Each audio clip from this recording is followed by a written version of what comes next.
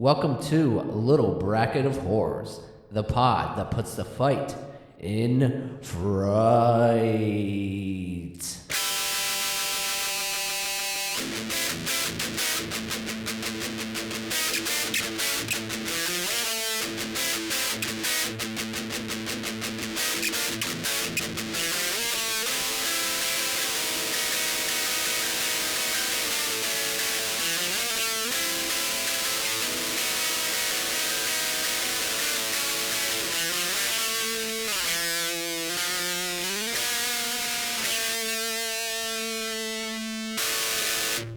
Welcome back, everyone. I'm Derek. I'm Matt. And we are Little Bracket of Horrors.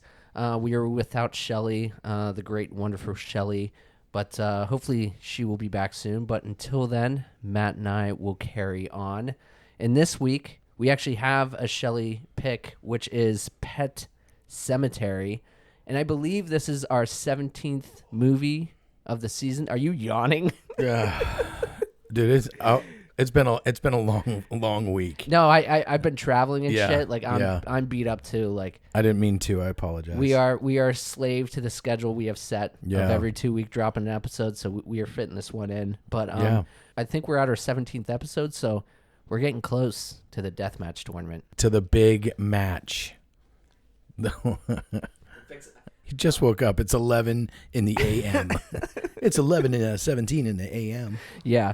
But yeah, Matt, let's kick this off how we kick them all off. Well, yeah. Did you do anything fun? Did you anything scary happen to you at all this week? Yeah, so like I said, we've been traveling. Actually, my wife and I went out in the West Coast, California, and Shelly was with us, and we went and did a bunch of spooky stuff. We did Oogie Boogie at Disney. We thoroughly enjoyed that. It was at DCA, to be specific. There's two parks over at Disneyland. There's Disneyland and then Disney California Adventure. Right. So Oogie Boogie was over there. Tons of fun. They had like trick or treat lines. Oh, cool. And in all the lines, there's different For the kiddies? yeah, for the kiddies. Nice. And there were different characters, like Agatha was in one of the lines. Tons of fun.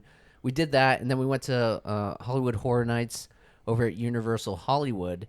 It was sort of chaotic, just tons of people, but we did do a tram ride that was super cool and took us to the Psycho House, Yeah. which was amazing to even drive past that. What else did we do? We went to Knott's Berry Farm. They have scary attractions at night. That was a ton of fun. Tons of houses. We bought this lantern to walk through the houses so like the scare actors know you're coming, and so you get messed with a little bit more. Tons of fun. All the houses, great usage of the scenes, different scares and stuff, and very creative. And then what did we finish off with? We went to a haunted hay, it was a haunted hay ride, but there was cool. like 3 other attractions at it. It was at Griffith fun. Park. I forget exactly what it was called, but that was it was a bit of a struggle. It was it was their opening night. Oh, okay. So I think they're still working the kinks out. It was Right. it was kind of like your local neighborhood Halloween attraction. So Still cool. I enjoyed it. Yeah. I thought it was super cool. Was But there yeah. a charge to get on the hayride? What was it, like $20 or something? I don't remember the price. Yeah. You have to ask my wife. I don't pay for things. Same here. She's like, "Hey, we're gonna do this." I'm like, "Do we have money for it?" And she's like, "Yes." I'm like, "Cool, let's do it." I don't even say that. Yeah. Okay. So, were you done? Yeah, that was pretty much it. What about you? Anything scary? Well, I wanted to ask you going a on? couple. I wanted to ask you a quick question. Yeah, real go quick. for it. So, of all the things that you did, you went to several different haunted attractions. What was your favorite one to do? Do you, like a specific house or No, just locations. Like you did the hayride, you did Halloween Horror Nights, you did the Barry's Farm. Yeah. So between all that stuff, what was your favorite haunted experience? I would definitely say that Knott's probably above everything else. Yeah. Like I said, you were able to get this lantern and like go through the house, and they did stagger it. Yeah. So it wasn't like Halloween Horror Nights where it is a constant conveyor belt of people just going through. So they did break it up a little bit. When you were the first person in your group, like you were walking into scenes cool. fresh. Yeah. So it was super cool. The lantern was seriously the best money we spent as a group. Yeah. It was well worth it. And Yeah, I would have to say Knott's. The first house we went in was called Bloodline. Okay, is that from the Pet Sematary? The new Pet No. Sematary is Oh Bloodline. yeah. No, these are all original concept houses. Okay. They're not tied to anything. Not tied to anything. Right. But the house was amazing. There was a guy who was on like a safety harness up above us that was like running around, and it was super cool. And as soon as we went through that house, I just knew we were in for an amazing night at Knott's Berry. And then we also took in a couple shows that they had. Oh, neat. And one of the shows was a Dr. Cleaver show, and it was basically like this magician that was doing a magic show to like kill this lady, but it was surprisingly raunchy. Oh wow. Like it was very like R-rated. And I'm not talking about gore, like sexual stuff. Like he had a little Igor guy that was like his shop assistant, which is like sexual innuendos left and right. Oh jeez. And it was hilarious. But Something to not take the kids to. yeah, which was surprising because I saw probably like 5-6-year-old kids sitting in the audience, and I was like, these parents are making a decision right now. A Or certain they just decision. didn't know. Yeah. Like, oh, this will be fun. The kids will love it. I probably would have grabbed and left pretty quickly with Ian. We're like, Ian's 10 years old too, and I'd be like, maybe not. Yeah, maybe not right now. But yeah, if I had to pick one that shines above the rest of our experiences, it's got to be Knott's Berry. And a huge, I said we went out with Shelly and a big group of friends. I do have to give a shout out to Shelly and Carrie for, organizing pretty much and scheduling a lot of this stuff and finding a lot of fun stuff for us to do. And also, I went on a couple studio tours. I went on a Warner Brothers tour and Paramount Studios tour. And any listeners remember our Nightbreed episode, Roger and Lisa? That's who booked that and set that up for me to go and join them. So I want to give a big shout out to Roger and Lisa for taking me to the Warner Brothers and Paramount studio tours. That was a ton of fun. And then Roger is just another encyclopedia of horror. Yeah. And he knew where the Nightmare on Elm Street house was. So after the one tour, he took me over to the Nightmare house, and I got to take a picture in front of it. Cool. So big thanks to those guys. Thanks to Carrie and Shelly for just organizing a spectacular vacation full of spooky, fun horror stuff and just a great time. So I've been good. Nice. What about you, Matt? I've just been busy. Running kids around, different activities, stuff like that. I mean, nothing real scary. Just busy. Worked a couple late nights to try to catch up on some work and stuff. But yeah, just life. Yeah, I'm getting drained. Yeah. Back-to-back gigs. We had a gig Friday night and a gig Saturday night. You got one tonight too. And we got one tonight. Yeah, we're playing in St. Pete. So at the Olive Garden, right? At the no, it's Chick-fil-A. Oh, Chick-fil-A parking lot. Wow, you guys are playing Jesus hymns? No, it's it's a combo car wash thing. So holy cow. That sounds dangerous with a live band. Yeah, it is. At a car wash. Water and electricity. Yeah, it's going to go well together. Perfect. No, we're playing down at St. Pete, Grand Central Brewery. But yeah, that's about it. I'm just drained. It's a lot right now. Your life is never ending. I know. When do you sleep? That's the other thing too, because I get done doing all this stuff. I have to watch TV before I go to bed. I can't. Do you watch TV while you go to bed as well? No. Oh, I do not like to lay in my bed and watch TV. You don't like? See, I used to be like that, but recently I've gotten to the point. I would say over the last maybe 2 years. It's not comfortable. I'm fine with it, and like I'll still fall asleep to it. But now I have found lately, like if I'm paying too much attention to it and I'm not drifting up to sleep, I have to turn it off, and then I'll be good. But yeah, so for you, no, I need at least half an hour to just sit and watch something. When I start nodding off, I make two decisions. Either I'm going to go into the bed, or I make a decision, not two. I'm either going to go into bed or I'm just going to fall asleep on the couch.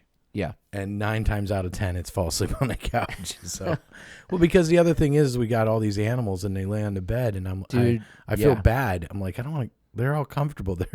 They've probably been sleeping for like at least 2 hours. Yeah. So, anyways, let's move on. All right. Let's get out of this vortex. Let's move on into Pet Sematary. First, we're going to start off with our segment called Dig Up the Bones. In this, Matt will introduce the movie, give us a synopsis, some background. So, Matt, what do you have on Pet Sematary 1989? All right. So, Pet Sematary.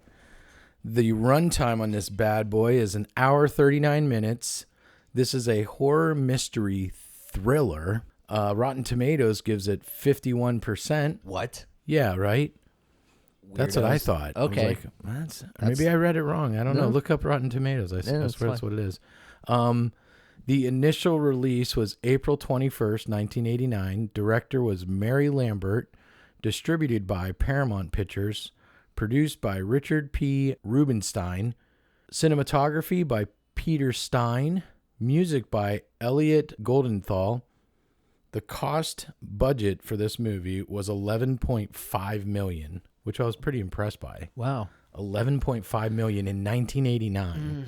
Yeah. That's a little bit of change. Yeah. And the box office gross, $89.5 million. Stephen King was a cash cow. He was. Oh, yeah, and by the way, this was written by Stephen King. This is off of his novel. Yeah. I mean, he did the script adaptation for the movie as well. So, yeah. Right. Wrote the novel, did the script. All right, and the movie is starring Dale Madkiff as Lewis Creed, Fred Gwynn as Judd Crandall, Denise Crosby as Rachel Creed, Brad Greenquist as Victor Pascal, Michael Lombard as Erwin Goldman, Miko Hughes as Gage Creed, and Blaze Baradol as Ellie Creed. There were some sequels to this movie. You have Pet Sematary 2 and the newly 2023 movie Pet Sematary Bloodlines. There's also the remake. Oh, is there a remake too? 2019. Does that count? Yes. It's part of the universe. Does that count? Whatever. Yeah, there's a 2019. That's the one with Mr. Lithgow that I was talking about before. Oh, see, I thought that was on Bloodlines. No, I didn't really look at I didn't watch the trailer for it. I know. So the remake is available on Paramount, and I wanted to watch it before we did this, but we just got back from Cali on Tuesday, and it's just I've been trying to fit this movie in before we do the episode, so I did not have time to watch the remake. But yeah, I knew there was a remake in 2019. Interesting. I did not know that. Very interesting. Great. Fun facts. Moving on. All right, so this movie is about Dr. Lewis Creed moves his family to Maine, where he meets a friendly local man named Judd Crandall. After the Creed's cat accidentally is killed, Crandall advises Lewis to bury it in the ground near the old Pet Sematary. The cat returns to life, its personality changed for the worst. When Lewis's son dies tragically in a brutal mow down of a tractor trailer, Louise decides to bury the boy's body in the same ground despite the warnings of Crandall and Louise's visions of a deceased patient. Sometimes dead is better. Sometimes dead is better. I don't know. That's like that was like a Boston accent. I was going to say, are you Mark Sometimes Wahlberg? Dead is better. Yeah, I don't know. There we go. Sometimes dead is better. There, that was good. Yeah. Do that again. I've been working on my Judd. Trust me. Dead is better. You got to get your chin. Dead. There you go. Dead. Down. Sometimes dead is better. Yes. Yeah, you got to get the chin close to the Sometimes chest. dead is better. Yeah. I don't want to say better. And then put A at the end of everything. Better. Let it draw out. There's no silence. It's just an A in between words. Sometimes. That is better. All right. We are annoying as fuck right now. Well, it's fun to hear ourselves in our headphones. We like to talk and hear ourselves. It's fun. So we landed on Pet Sematary last episode. Matt, initial reaction to landing on it. Do you have any history with it? This was, again, around the time where we started watching some horror movies. Mm-hmm. You know, Children of the Corn, Nightmare on Elm Street, some of those Hellraiser. So again, that is blowing my mind that you were watching that as a kid. And this kind of falls in line with all that stuff that we watched, Puppet Master. And yeah, I was excited. I was ready. I've seen it a few times actually, but it's been a while. Yeah. So it was a nice little refresher. For me, this is the first time I actually sat down, cradle to grave, watched this whole movie. And I've only ever watched it when it was during Halloween season. It'd be on TV on Sci-Fi or whatever. So I would catch it there and watch bits and pieces of it. And I knew the big points of the film and stuff. So I knew about the Gage stuff. I knew about the cat stuff. So nothing was a surprise, but it was nice to sit down and actually give this movie attention that I think it definitely deserves. So, yeah, with that, I think we're ready to get into Feasting Fiends. In this, we just discussed the topics of overall pros, overall cons of the film, favorite lines, most enjoyable, most annoying characters, and then we finish it off with our favorite kills/scares. So, Matt, what do you got for pros for Pet Sematary? So pros, I mean, I like this story. I like the, I guess we don't really, in the first one, we don't really hear too much of the background of it, what the Pet Sematary came from and everything. If I remember, I'm trying to remember, did they really go into that? In this? Yeah. No, not really. Just the Micmac burial ground beyond the Pet Sematary. And obviously, the cemetery was there. Judd talked about it because that road is so treacherous with house animals. Yeah, dying and stuff, kids, right? Local kids just needed a place for their dead pets. So, yeah. Don't worry about putting up a fucking speed limit sign or anything. Just build a pet cemetery. I know, holy shit. I was just like barreling semis, like going like 70 miles. I'm like, holy shit. Like, is it nobody, like nothing? Yeah. This is it. This is just, that's the way it is. I don't know. Maybe call the cops, have them do a speed trap. Put some speed bumps in. I don't know. Bumps, yeah. Was that a thing in 89? I don't know. It was rural Maine, so maybe not. But I like the story of, this cemetery that you can, bury your animals in and they come back to life, not quite like they were, but I kind of like that eeriness of it. What I really did like is I really like the scenery. I like the way the background. Like I said before in the past, I'm a sucker for a good background. So I really like kind of the feel of it. It's this, autumn sort of, like our time now. It's October. Yeah. We don't look like this in Florida, but we're from Pennsylvania, so we've experienced those weather and the leaves and all that. So I really did dig the scenery. Everything about it was really nice. And actually, I would argue that this is a Thanksgiving movie. It takes place during Thanksgiving. Thanksgiving's like referenced like 3 times. Yeah. Like, I think Ellie puts up like a turkey in the window. I know when Rachel and the kids go to her parents, it's for Thanksgiving. Yeah. And then also at the end, Lewis, when he's trying to sedate Church. Oh, yeah. He's like, today's Thanksgiving Day for dead cats.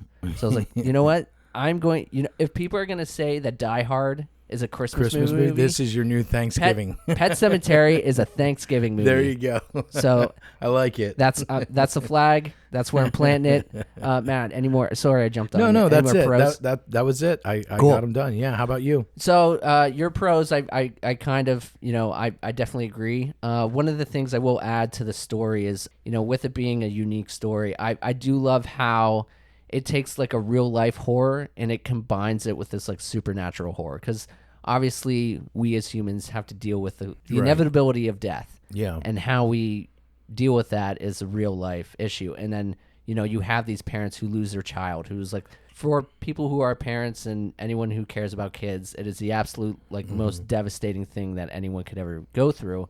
And to deal with that, and then on top of it, you have this supernatural burial ground that is reanimating these dead people.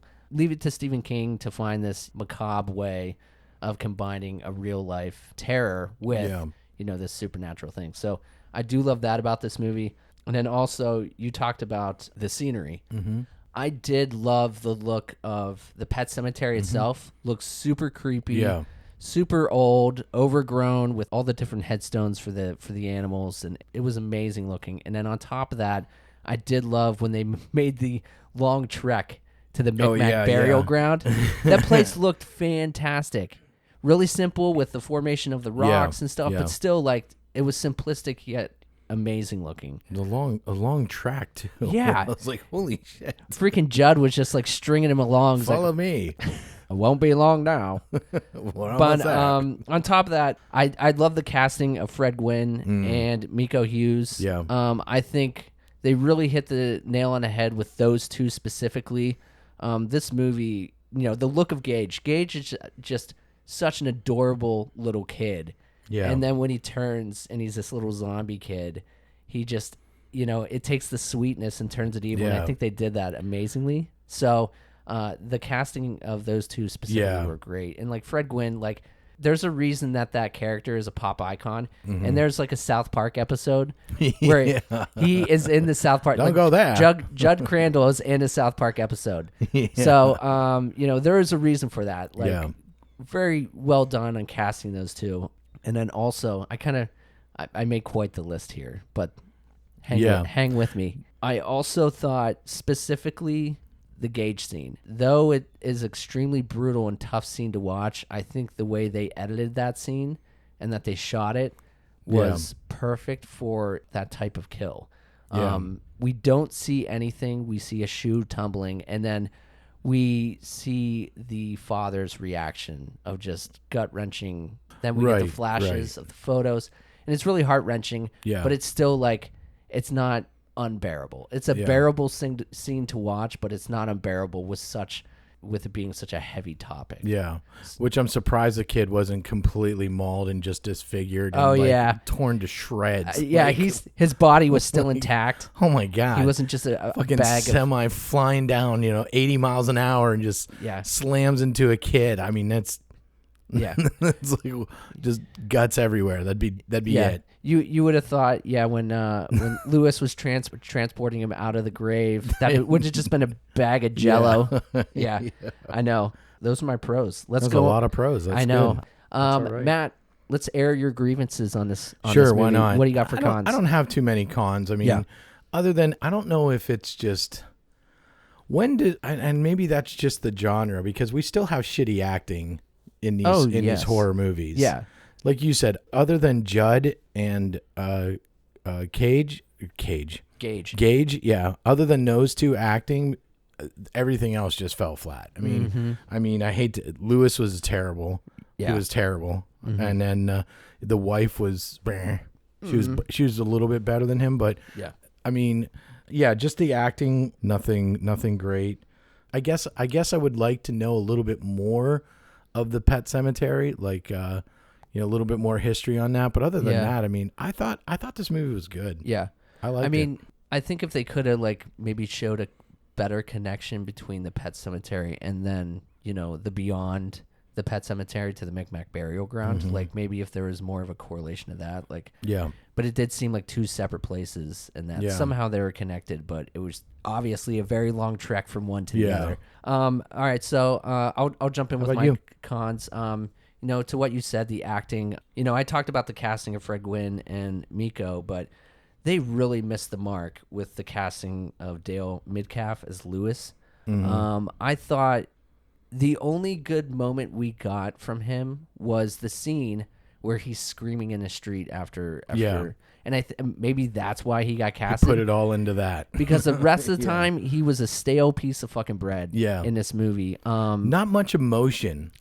Just very bland. Yeah, his performance, and there was a lot of moments where it was just like after Church died, it was Ellie's cat. Like, zero concern and just like, yep, that's Church. Yeah. It's like, you aren't concerned that your family cat, even though it's your daughter's, is dead and frozen to the fucking ground. Yeah. So I just thought, and I don't know, maybe that's what Mary was looking for. Maybe she just wanted this blank character to carry it through, but it didn't make sense to me.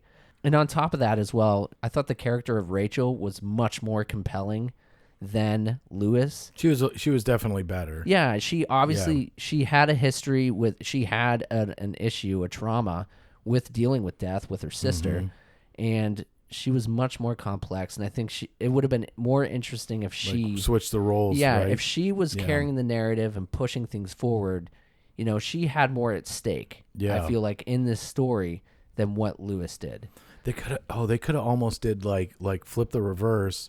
Husband dies, brings the husband back, and the end story is she has to kill the husband in this brutal fucking axe way or something. That would have been awesome. And exactly, and with obviously dealing with the issues with Zelda and having to watch her sister die, I think it would have created more for a main character. Yeah, what a miss. Now that I think about it. Yeah. That's one of my cons. I agree. The next two are very nitpicky, but I get that Gage is going to get hit by a truck, and we want to create some sort of foreshadowing, but too many goddamn trucks. Oh, yeah. Every time someone's outside, a fucking truck goes zooming by. And even when you're in like fucking the house and Lewis is like saying goodnight to the kids, all you hear is outside is trucks just zooming by. Like, we fucking get it. Something's going to happen with the truck. I'm getting beat over the head with fucking trucks. Chill out. Yeah. Chill out, Mary. We don't it. need this many trucks. Got it. And then this one's very petty. But so the cat's full name was Winston Churchill. Mm-hmm. Why are you calling his nickname Church? Church. A much cuter name for a cat would be Winston. Winston. If his name is Winston Churchill, just call him Winston. That is nitpicking. Fucking Church. Like I said, it's very petty, but I'm airing my grievances. That's what this is for. That's right. So I think that takes us through our cons. Matt, what do you have for favorite lines? This one was very creepy. Ooh, a creepy one? We like creepy ones. It's a creepy one. Yes. So this is when Lewis answers the phone to talk to the reanimated Gage. I'm at Judd's, Daddy. Will you come over and play with me? First I play with Judd. Then Mommy came and I play with Mommy. We play, Daddy? We had an awful good time now. I want to play with you. What did you do? What did you do? That was my acting and scene. Yeah. I think anytime Miko talked, I wonder if that was actually Miko's voice.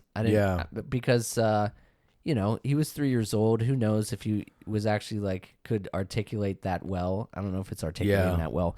But I wonder if that was actually Miko's voice or not. Now you just made me kind of ponder some things here. He was 3 years old. He was 3-ish.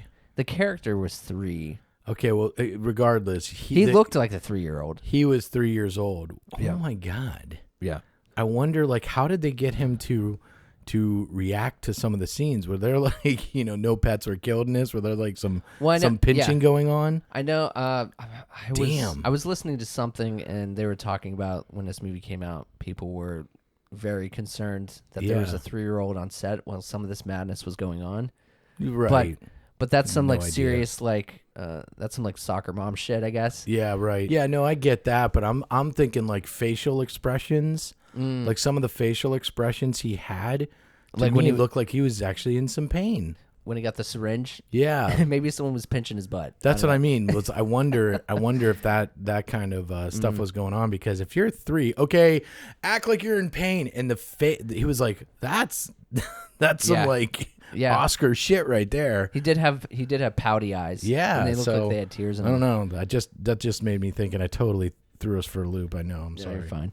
All right, so for my favorite line, it was when Judd's narrating after Lewis is returning to the home after burying Rachel towards the end of the film, and he just says, "The soil of a man's heart is stonier, Lewis. A man grows what he can, and he tends it. But what you buy is what you own, and what you own always comes back home." Acting. And this was much better than mine. Like I said, Fred Gwynn, fantastic. That Maine accent, I didn't know until I watched this that there was a Maine accent, and now I just hear Maine accents. And right. Missy too, the maid or whatever, she had a thick thick accent too. Mm-hmm. Wish I married a doctor. Wish I married a doctor. This stomach pain. But yeah, it sounds very like Kennedy. Like Chicago, like mobster shit too. But it's just like your chin has to be lower to your chest because it's a little bit. What's it to you there, buddy? Yeah. Hey, buddy. And just slower. I'm not your buddy. You're in rural Maine. Oh, that's Canada. Sorry. Canada.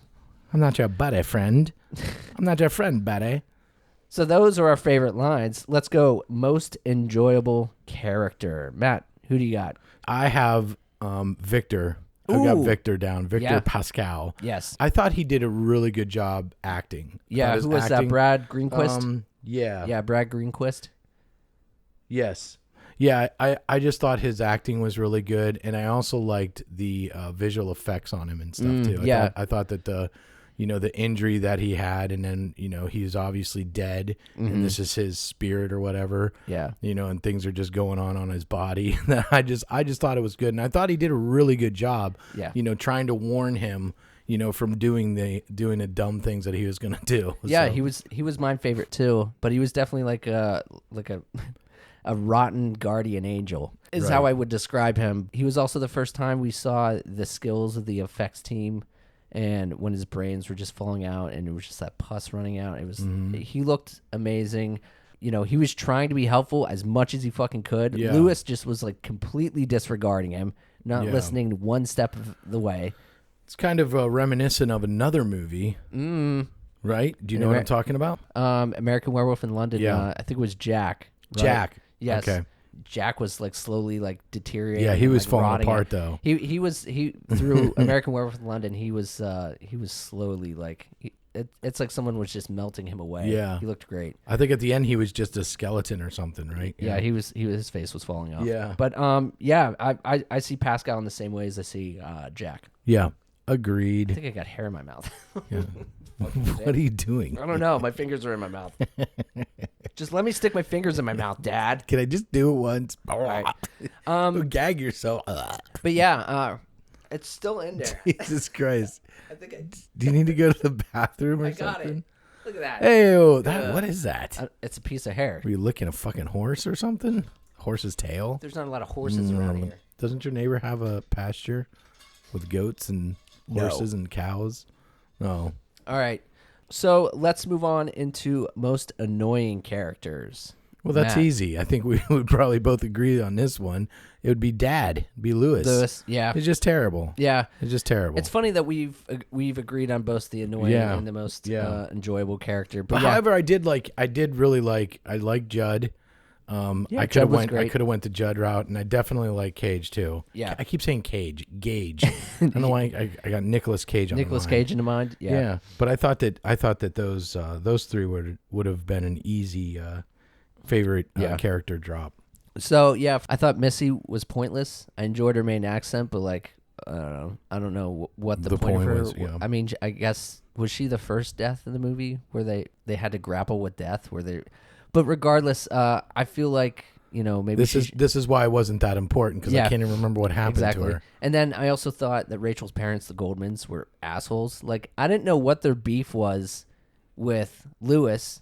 I mean, he's a fucking doctor, but apparently he's not invited over for Thanksgiving. And then the dad fucking punches him at Gage's funeral. Oh yeah, attacks so I'm like, him. holy shit, fucking Rachel's parents are the worst.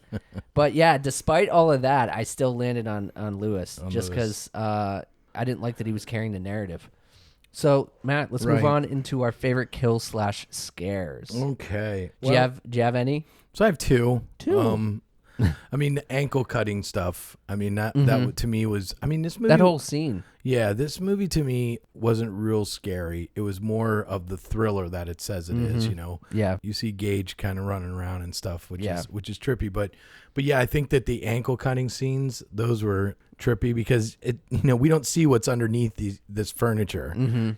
So just that thought of somebody coming with a razor and just cut your ankle. I feel like it's a popular move for movies. And then get your Achilles. Then you're done. Yeah. I think the only like major kill we get is Mr. Gwyn, Judd Crandall. That whole scene, it starts off with the Achilles, then he gets his mouth slit open wider. Wide open, and then obviously like the Adam's apple like throat rip, little Gage biting on it, ripping it off, and it's like all that gooiness that's coming out of it. Such a great kill. So I mean, that's really the biggest moment that we get as far as kills go. But I did have two scares from our beloved church on Lewis, just because I thought they were funny. But the first one was in the basement where he pops out after he's been reanimated. Oh yeah. And Lewis falls back and just like everything on the fucking wall just like explodes off the wall and falls all over the place. And it was very like slapstick style. And then I also, Church is such a prankster. After he's been reanimated, Lewis is in the bathtub and he drops that rat in the tub. And it's just the most fucking disgusting thing. It's a dead, mutilated rat. He throws it out of the tub, and then as he's like getting out of the tub and shooing fucking Church away, he steps on the fucking rat. Yeah. And I was dying laughing. I was like, that's the absolute worst thing that could happen for bath time. Well, it's giving him a present. Yeah. It was very, very sweet. Cats do like to do They that. do. They do like to murder things and then bring it into the house. You're a cat owner. Have you ever experienced that? Not with these cats, but I don't know if you remember growing up. Bear? No. We had when we lived in the basement of a trailer. Yes, you can say it. Which is a real thing. We did. It or not. Pennsylvania has basements in their trailers. At least this one. This one did. This was a modified basement or modified trailer. So you would go to the trailer and you would walk down into the basement. Yeah. But we had cats. We never really had like inside cats. They were always like just we couldn't afford stray that cats. shit. Well, we would feed them and take care of them and stuff. They were always stray cats growing up. Did mom get like cat food and shit? Yeah, we would give them food and everything, but these particular cats, and I'm trying to remember because now that I think about it, it's very odd because the cats would get in, and I think we had windows. I wish I had Dylan on the phone because he probably remembers a little bit more, but we had windows up top that we would open up. Oh, yes, I remember that. And the cats would jump in, and there'd always be like dead moles on the coffee table, like different things like that they would come in. I think once there was like a bird or something like that. I'm glad I was like 2 years old when we lived there. Yeah, that was an experience. I don't have any memories of that. Great. We worry about cockroaches in Florida in Pennsylvania. Moles. Well, in Pennsylvania, it was dead moles and slugs going down. Oh the yeah, the fucking slugs. wall. Yep. Yeah, I remember the slugs. That was fun. Yeah. So yeah, great. They do like to give little presents. Nice. They're giving animals. So yeah, I just I thought those two scenes. Church was a little shithead, and he loved fucking with Lewis, and I didn't like Lewis, so I was like, this is fun. So those are some scares that I liked. I don't know if you really qualify them as scares, but yeah. All right, let's move on into Final Cut. And this is where I reveal the ending of the film, and we discuss and give our ratings of 1 to 5 stabs. 1 stab, no redeeming value. 2 stabs, bad. 3 stabs, mediocre. 4 stabs, good. 5 stabs, masterpiece. Spoiler alert. If you don't want to listen to this part, I don't know, fast forward like 3 minutes or something. I actually went to a font 14 on this one, so this should be a little bit quicker. A little bit quicker than usual. We'll see indeed. All right. After exhuming Gage from his grave, Lewis travels to the Micmac burial ground to complete the reanimation of his dead son.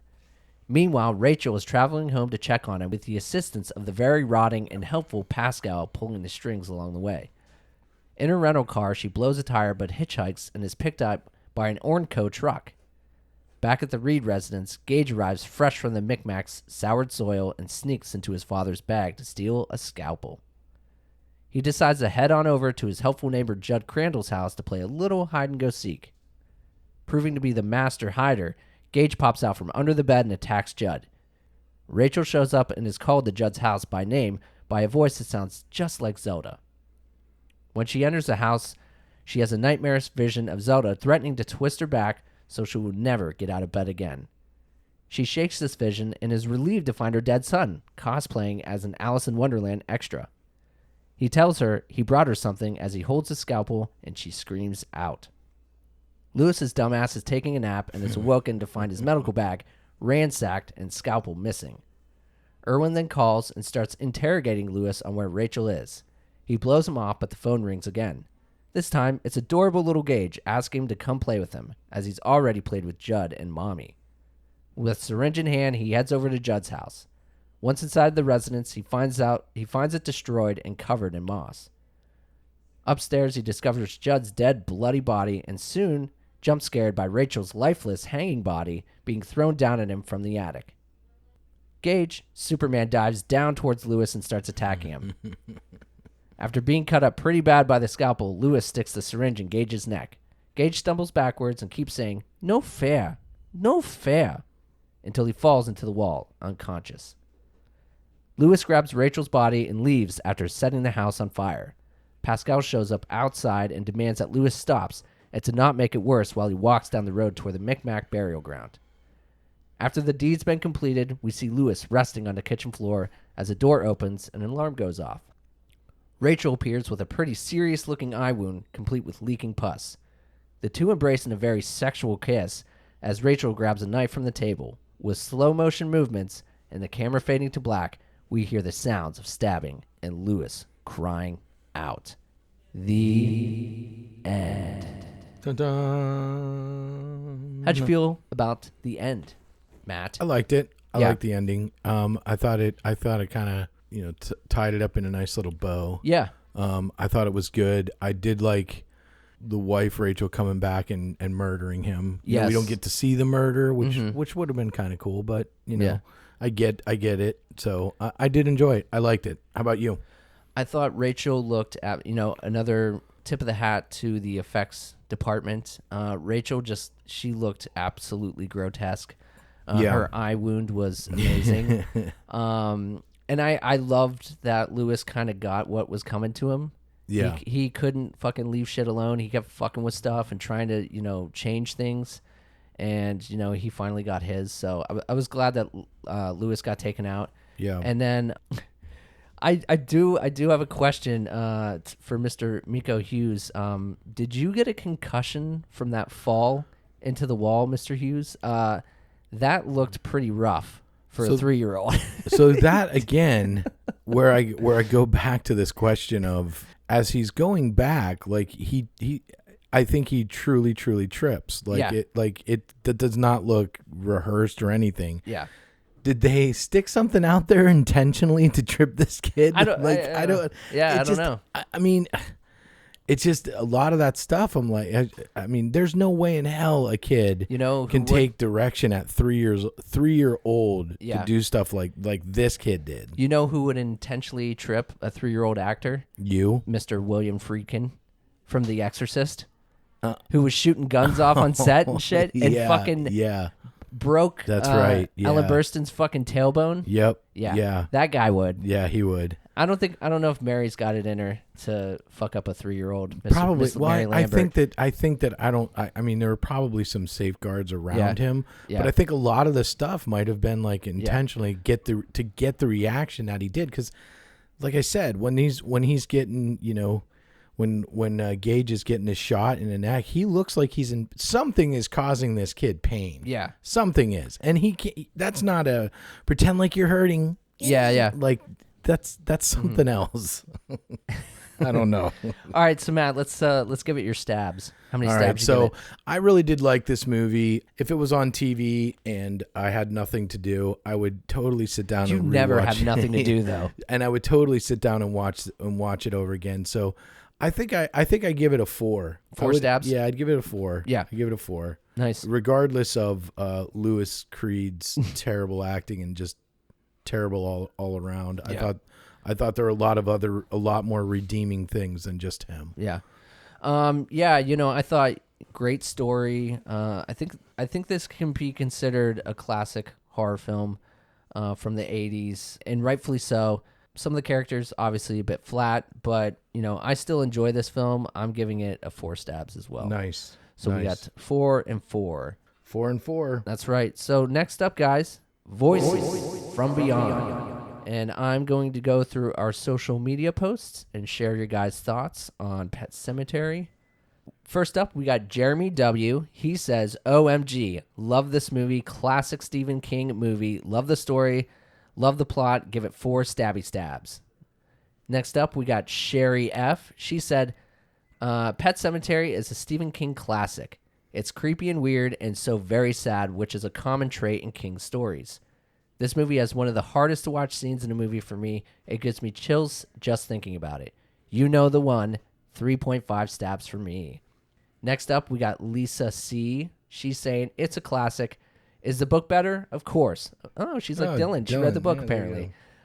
Is the book better? Of course. But they did well with the movie. I still think the original holds up today and will watch this again. This isn't my perfect 5, but I'll give it a 4. And that is from Lisa C. Next up, we got Scott F. Scott says, at its heart, Pet Sematary delves into how we deal with grief and any parent's worst nightmare of losing their child. I never really got into that until I had my son. Then Stephen King's novels and movies hit much closer to home than I ever realized it could. Our hearts break for Lewis Creed when he loses his son, and in our mourning can imagine ourselves doing exactly what he did. If it were possible, would any of us bring back a lost loved one? Pet Sematary goes on to show the consequences of such an action. Maybe tempting fate isn't worth the reward. Stephen King is a master storyteller, and this story is one of the most frightening and heartbreaking. 4.5 stabs from Scott. All right, and our final inclusion is from Ray M., and he says, before I lose track of time, great story and special effects. Something about Stephen King movies always keep my attention a little more than other horror movies. My favorite character was Gage. It was a little sad when evil Gage died by lethal injection. The sixth sister, Zelda, was a nightmare fuel for a long time. Oh, yeah. And then he finishes off saying, not sure if I'm the only one interested in a prequel to how the burial ground was created and how it affected the Indians. 4.5 stabs for me. We were just saying that. A little bit more of a backstory on the burial ground, for sure.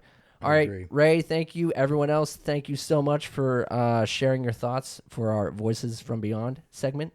Next up, interesting facts, Matt. You got anything fun you want to share? Sure. I got a little something that was in the movie, and then I dug to see about that I'll share too. But Matt, go ahead first. All right, I got a couple things here. Stephen King once mentioned that the only novel he wrote that really scared him was Pet Sematary. The role of Zelda, Rachel's terminally ill sister, was played by a man. Director Mary Lambert wanted Zelda and her scenes to frighten the audience, but did not believe that a 13-year-old girl was scary. So she cast Andrew, I almost said Hoobastank. Hoobstack. Yeah. Andrew Hoobastack in Hoobastank. Is that where that band got their name from? I think so. Like, Zelda. They casted Zelda? Andrew Hoobastank in the role to make something to be off about Zelda. In the Stephen King novel, Judd mentions that a dog went wild in a nearby town and killed several people. This is a reference to the events of Cujo, 1983. Another Stephen King. Another novel by King. It is common for characters in King's novels to mention the events of his other novels. So they always reference something. Yeah.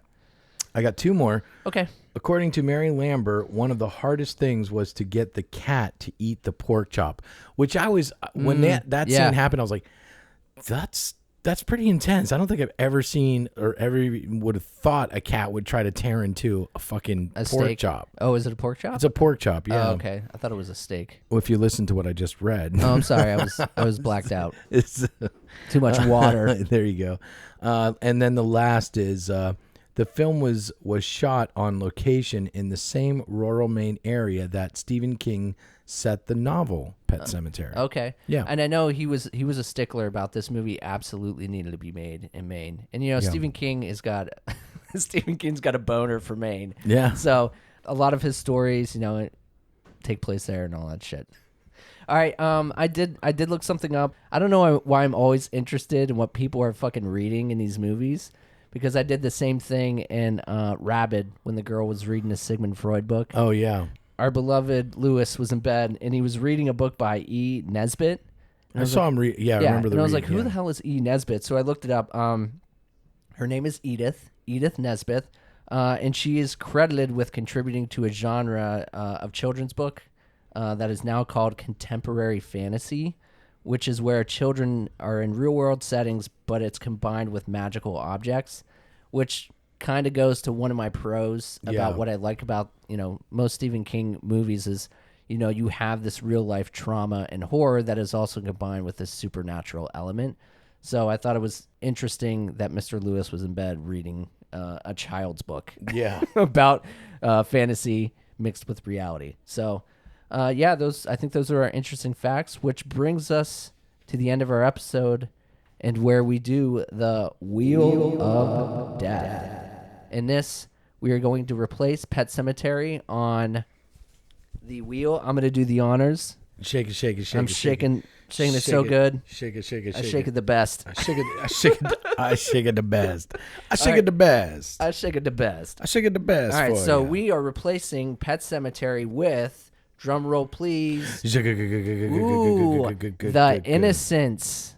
Oh, this is a 1961 film, and it's a fan submission by our friends at the podcast Gag Me with a Chainsaw.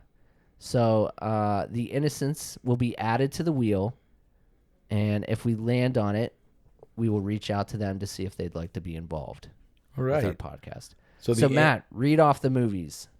So we've got Children Shouldn't Play With dead things, right? Yeah. Triangle, The Crazies, Henry 2, Behind the Mask, Lake Mungo, Friday the 13th, Tammy and the T-Rex, come on. Phantasm 2, and the newly entered The Innocents. All right. You ready to spin the wheel? Let's do it. Let me get myself all prepped up here. Prep it up. Ready for this? Are you ready for this? Are you? Sure. Are you? Ready?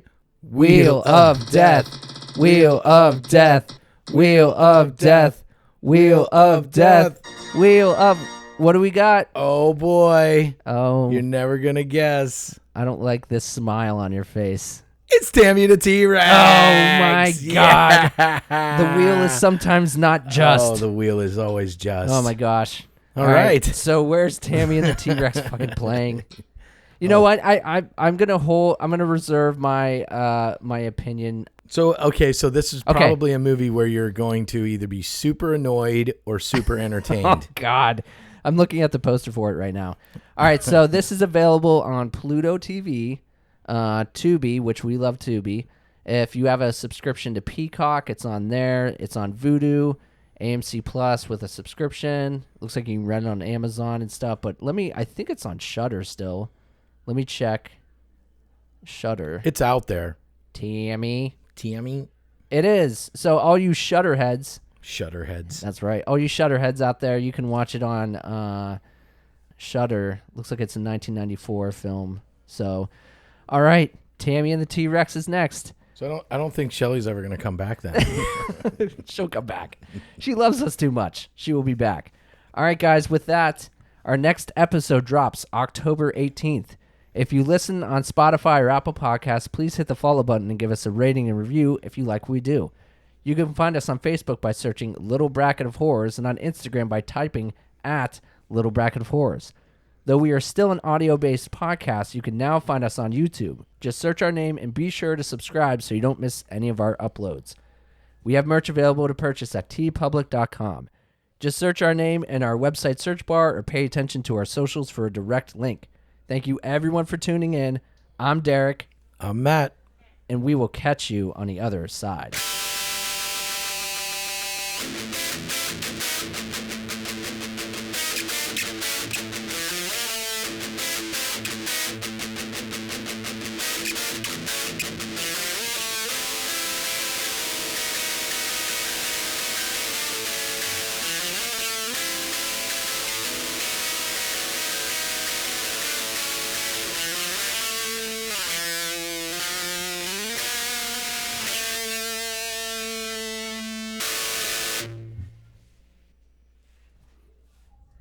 What's up, Ian? Ian, come talking to Mike. What do you want? I think I know a new movie I want to add. Yeah, it's Kilo Clowns from Outer Space. No, bye. I don't know about that. Maybe in a couple years. If you stay doing the podcast, we'll do Killer Clowns in a couple years. All right. All right. Well, that's that.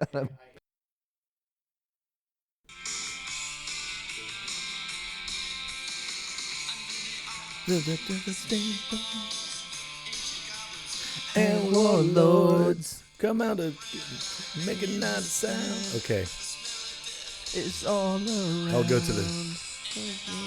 Cold wind blows.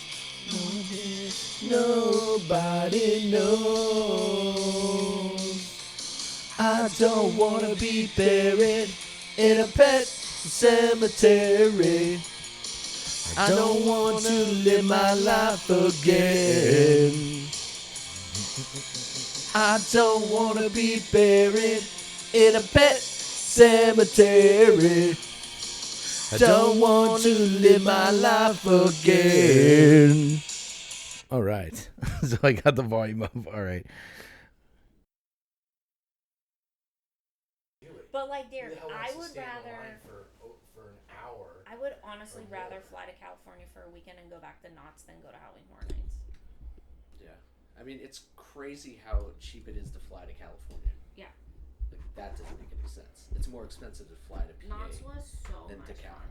And it was their 50th anniversary, so we bought their we had a lantern, which is like a magic band, basically. Oh, yeah.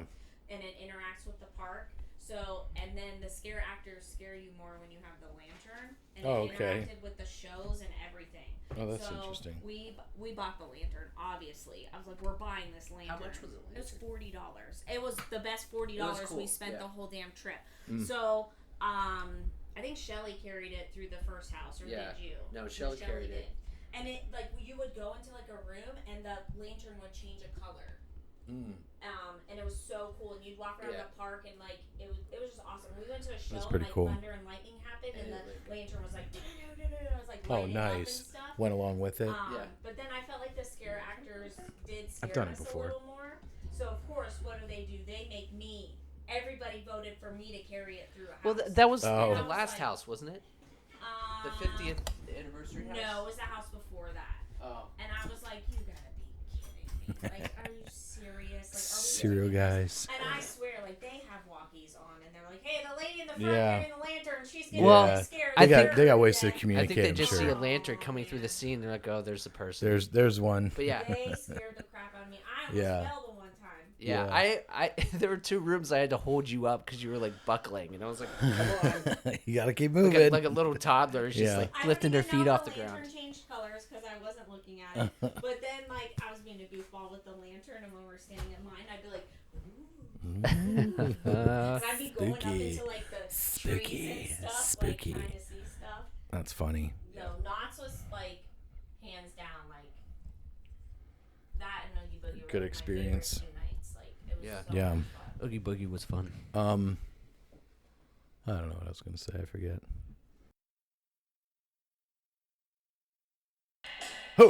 Oh, Dylan. Put him on the air. What's up? Nothing. I was calling Derek. What do you want? He's busy. He's pooping. I want to talk to you. Talk to Derek. Well, Derek's not in right now. Can I take a message? No, tell Derek to call me back. I hate. All right, Derek, call him back. Hey, Dylan.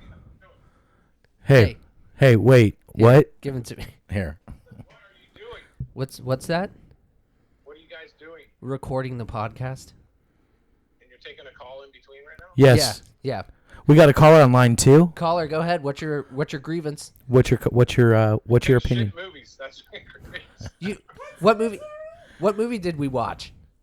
He I doesn't don't know, know. like a year and a half ago when you Yeah, started you dropped off. my God. You dropped off real early. Yeah. We're in our 2nd season. You didn't even know it. This season's so much better too. You dummy. You watched Pet Sematary. Yeah, we did watch Pet Sematary. Oh, that's a good one. Well, Hey, there why you didn't go. you watch it, you douche? You would know that. Yeah, give me Voices from Beyond, Dylan. Ready, go. And now, go. All right. That was good. Good. That was about your style. Did That you ever was it. watch Pet Sematary? Yes. Okay, don't be mad about it. Jesus Christ. What'd you think of it? Isn't there a Pet Cemetery too? Yes. There's a 2023 coming out. Or it's No, out. It's out, right? Yeah, it's already 2023? Okay. I Was thought it there 20? Isn't there a new one with John Cena and John Cena? John Cena Yeah. and Sofia Vergara? Did you say Will Smith? Sofia Vergara? Vergara. I don't know what movie you're talking about, but I'm pretty sure that. No, Jonathan Taylor Lithgow. Thomas? Jonathan Oh. Lithgow is Judd in it, and I think David Duchovny's in it. The new one. David Duchovny's in it? David Duchovny, who's he play? The police officer? What? What There's police a police officer? officer in there. Are you talking about Pet Cemetery 2? I think he's talking to. No, in the first one. I don't think there's a No. police officer in it. The guy that comes and talks to him when their kid gets hit? No, no one talks to him. Nobody talks to him. He takes him straight to the grave site, Yeah. and then Psycho That's it? Dad digs him up. Oh, maybe that's in the book. Oh, you read the book? Oh yeah, I read it like 3 times. Sure. yeah, that's in the novel. It's It's a Stephen King novel. well, no shit, but I know you didn't read the book. I know you didn't read the book. You laughing because I read the book, which is better? Oh, Oh, here we go. dude, I didn't read the book, but I need someone to check that. Make sure there's not a cop. So in we it. fact check that one. Yeah. There's a doctor too. Remember Yeah. the doctor? A cop. Okay. Well, the father, Lewis, is a doctor at the Lewis college. Creed. Yeah. Do you remember that? Because he got transferred there. He didn't get Yeah. transferred. Oh. He was They moving. moved. They moved. Yeah. In the book, he transfers. Yes. How many chapters was the book? In the book, he transfers. Pinky's up. Sipping my Drinking or tea. something? No, we're Yeah, not. are you? Why do you want us to drink? You want us to drink? You We'll want to get drive us drunk. to drink, Dylan? Salty. I don't know what dipshit's saying back there. I said thank you for not telling me that you were going to do this. I didn't know it was an issue. Well, then why did you go? What? Yeah. What do you mean? It wasn't an issue. Aren't you supposed to be the smart brother? And it did. What's that? It's a final follow-up. We're just checking the cyst to see if it's grown or if any concern. That's all. Yeah. Are you typing on a computer? I'm at my computer right now because some he's- people have to fucking work for a living. He's hitting the space bar. Oh. Find a new job if you're working like that. Find a new job. Matt's telling you to find a new job. Yeah. I don't even work in my own. Dylan's laughing at that. That's the hardest he's laughed in this conversation. Yeah. All right. We'll talk to you later. I love you, Dylan. I love you, Matt. What? I love you too, Dylan. All right. I'll remember this. I don't even remember what you look like. You don't even Oh. Ooh, burn. You know, this is a two-way Gotta go street, to sir.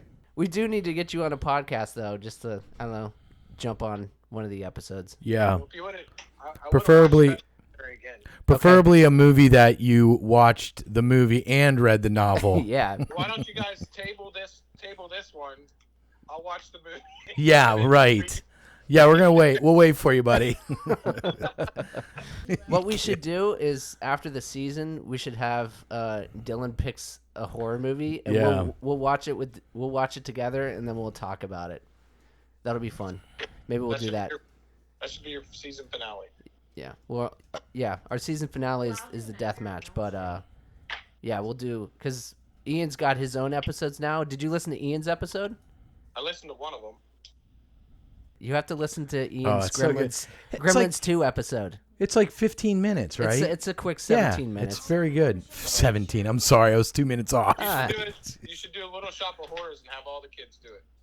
it's a little bracket of horrors, but thanks for listening to our podcast, Dylan. Thanks for tuning in. All three of them got a bunch of fucking dipshit brothers.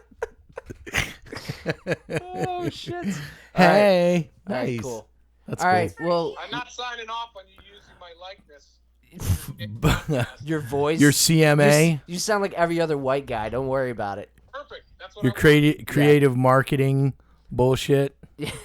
your Yeah. CMA, whatever it's CMA? called. Yeah. What is it? Yeah. All right. All right, we'll see you. See ya. See ya. All right. Bye. Love you Love too. you more. Gary. Oh, Carrie. Gary. Dylan says he loves you on air. Love you. All right. See you later. Bye. All right, I'll leave you guys alone. Okay. Have fun. Thanks. Words. Did you see any movies in there that you liked in our basket? Bob, what are you doing out of Ian's bedroom? Why are you in the kitchen? Bob, come here. Get out of there. Come say hi on my Come in podcast. here, Dad. Then you're gonna Come go say hi on my podcast. Oh, my father-in-law. I'll always watch Nightmare on Elm Street. Here, wait. Here comes Bob. Hi, I'm Bob. This is Bob. Bob. Bob. Bob just says his name. Bob. Bob Bob. Ram. It's on the wheel. Steelers Bob. Penguins. But Bob. yeah, Pirates Bob.